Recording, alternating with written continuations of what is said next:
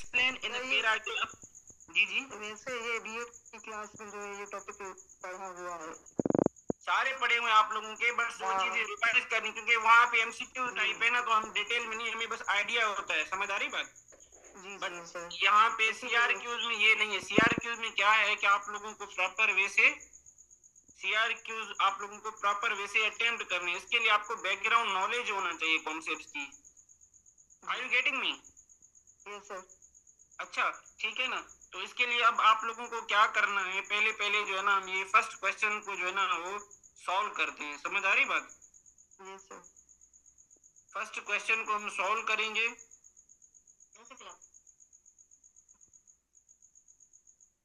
ठीक है, तो फर्स्ट क्वेश्चन को हम अटेम्प्ट करेंगे। फर्स्ट क्वेश्चन में पहले पहले इसको पढ़ेंगे, एक्सप्लेन इन अ पैराग्राफ। एक तो क्या करना है, हमें एक्सप्लेन करना है एक पैराग्राफ में, ठीक है ना, सिर्फ एक पैराग्राफ है, में ज्यादा। आप लोगों के पास सीआरक्यूज कैसे हैं क्वेश्चन, ये क्वेश्चन का फॉर्मेट होगा, देखिए ऐसे, ये यहाँ पे दिस वन, ऐसे आप लोगों का एक सीआरक्यू, यहाँ पे पेजेस दिए गए, उसी सेम क्वेश्चन के अंदर आप लोगों के पास ऐसे लाइंस दिए गए, ठीक है, और ऊपर क्वेश्चन स्टेटमेंट है, नीचे आपके पास इतना ही स्पेस दिया होगा जितना आपको रिक्वायर्ड है क्वेश्चंस में।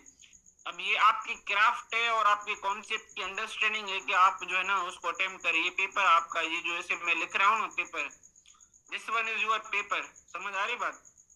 ये सीआरक्यू है, वहां पे क्वेश्चन हुआ, क्या पूछ रहे हैं, explain in one para one teacher, यहाँ पे लिखा हुआ वन टीचर सेंटर्ड आप लोगों को बताना है, ठीक है। और यहाँ पे मैं इसको कलर करूँ, 1 मिनट मुझे दे। वन टीचर सेंटर्ड आप लोगों को कॉन्सेप्ट बताना है, एंड वन लर्नर सेंटर्ड आप लोगों को एक्सप्लेन बताना है, वन लर्नर सेंटर्ड अप्रोच, ठीक है। ये वन लर्नर सेंटर्ड अप्रोच आप लोगों को बताना है, वन स्टूडेंट सेंटर्ड अप्रोच, जैसे इन द क्लासरूम। अब ये किस लिए, कि इफेक्टिवली आप क्लास 7 को टीच करवा सकें, समझ आ रही बात। अब आप लोगों की अगर अंडरस्टैंडिंग है तो मुझे बताएं, क्लास 7 जो है ना कौन से लेवल की जो है ना, कौन से लेवल में आता है, एलिमेंट्री में, सेकेंडरी में, प्राइमरी में? हेलो, स्टूडेंट से पूछ रहा हूँ सर, है स्टूडेंट? जी बताएं, कोई स्टूडेंट बताए क्लास में से। सर सेकेंडरी में आएगा। नहीं भाई, 7 क्लास आपकी जो है ना वो एलिमेंट्री लेवल पे, ऐसे समझेंगे एलिमेंट्री लेवल उसको समझिए आप। सेकेंडरी 9th 10th 9th के बाद जो क्लासेस है ना उसको सेकेंडरी कंसीडर करें पाकिस्तान के एजुकेशन सिस्टम में, समझदारी बात। एलिमेंट्री को 1 से लेके 8 तक आप उसको एलिमेंट्री कंसीडर करें। वैसे हमारे यहाँ ये कि 6 क्लास से लेके 9th तक 10th तक सेकेंडरी को इनको कंसीडर किया जाता है, but as per age level इसको आप एलिमेंट्री लेवल कंसीडर करें। और आपको आंसर अगर पता हो ना माइंड में कि ये है, तो वो आप इजीली कर लेंगे। अब हमें क्या करना है, ठीक है, अब हम इसके क्वेश्चंस को अटेम्प्ट, अब इसके 2 तरीके हैं अटेम्प्ट करने के, समझ आ रही बात। एक तो पूरा पैराग्राफ लिखना है, समझ आ रही बात। जी जी सर। एक तो आपको जो है ना पैराग्राफ लिखना है। फॉर सपोज मैं एक क्वेश्चन आपको यहाँ पे बता रहा हूँ, ये टीचर यहाँ पे कौन सा है, दिस वन, ठीक है। यहाँ पे teacher centred, one teacher centred, one student centred. अब हम क्या करेंगे, एक्सप्लेन वन पैराग्राफ, हम थोड़ा सा टीचर सेंटर्ड को थोड़ा बताएंगे। टीचर सेंटर्ड क्या है, टीचर सेंटर्ड डायरेक्ट बताना है, टीचर सेंटर्ड अप्रोच, जो टीचर सेंटर्ड अप्रोच बता रहे हैं, creates an environment where teacher has where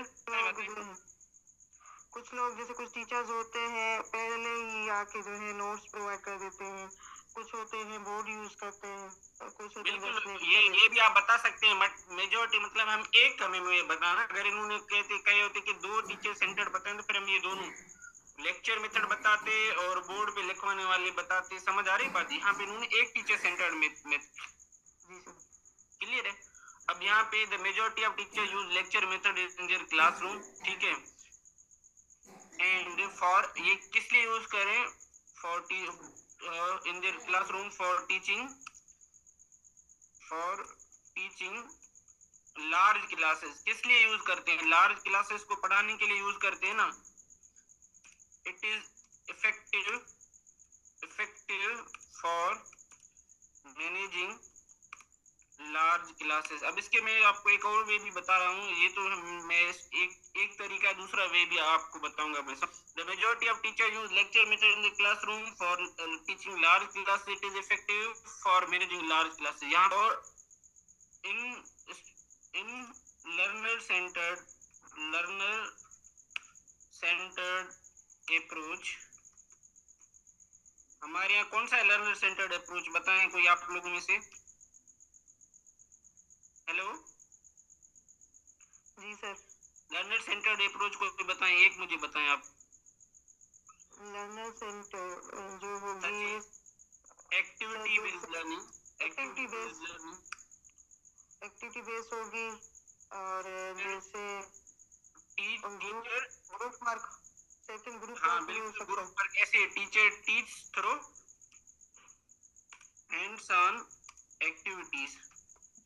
अब मैंने क्या कहा, अब इसकी डिमांड को हम देखते हैं कि पैराग्राफ इसने कहा लिखो एक पैराग्राफ, बट इसमें टीचर सेंटर्ड, हमने पहले टीचर सेंटर्ड को इलाबोरेट किया और फिर स्टूडेंट सेंटर्ड को यहाँ पे एक्सप्लेन किया, दोनों को। यहाँ पे देखें टीचर, मैं इसको आपको डिवाइड करके दे रहा हूँ ताकि आप लोग इजीली इसको समझ सकें। समझ आ रही बात? ये हमारा हो गया टीचर सेंटर्ड और ये हमारा हो गया student centred approach.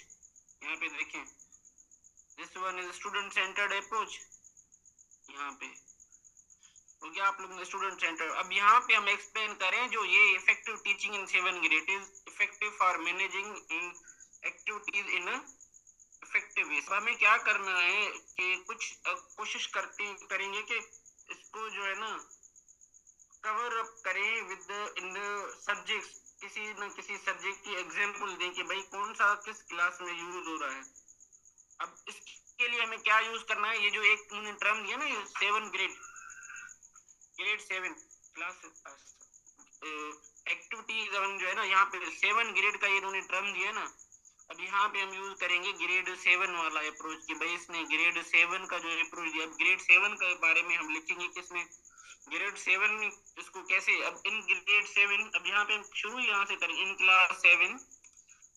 Class 7 the teacher apply, जिसमें थ्योरी आपका ज्यादा हो, थ्योरी इस्लामियात के लिए यूज करते हैं आपके, जिसमें लेक्चरिंग इस्लामियात तो आपका पाकिस्तान स्टडी है, पाकिस्तान स्टडी में सबसे ज्यादा यूज होते हैं, पाकिस्तान स्टडी है। अब ये जो दोनों हम करवा रहे हैं इसमें क्या कर method during subject method in which teacher क्या यूज करता है, टेलिंग और लेक्चरिंग यूज करता है। क्या यूज करता है, बताता है, यहाँ लेक्चरिंग यूज करता है। इसने यहाँ पे टीचर सेंटर्ड एग्जांपल लिख दिया। हाउएवर, ठीक है, यहाँ पे हमने यूज किया however for in 7 class, in class 7 teacher can use learner centred approach, learner centred approach such as, कौन कौन से अप्रोच यूज कर सकता है, such as in science class maths, English, teacher can use. अब देखिए एक एग्जांपल, इतना नहीं, in science class teacher can use demonstration method. समझ आ रही बात? इन मैथ, यहाँ पे इन मैथ, यहाँ पे ऐसा, यहाँ पे टीचर कैन यूज। दूसरा क्या, कौन सा मैथ में कौन सा एक्टिविटी बेस्ड यूज कर सकता है? Yes sir. क्या एक्टिविटी में क्या करवा सकता है टीचर, बताएं।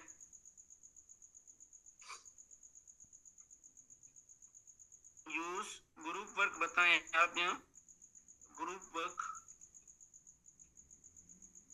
सर जैसे वो डिफरेंट बॉल्स होंगे उसके ग्रुप थ्रू वर्क आर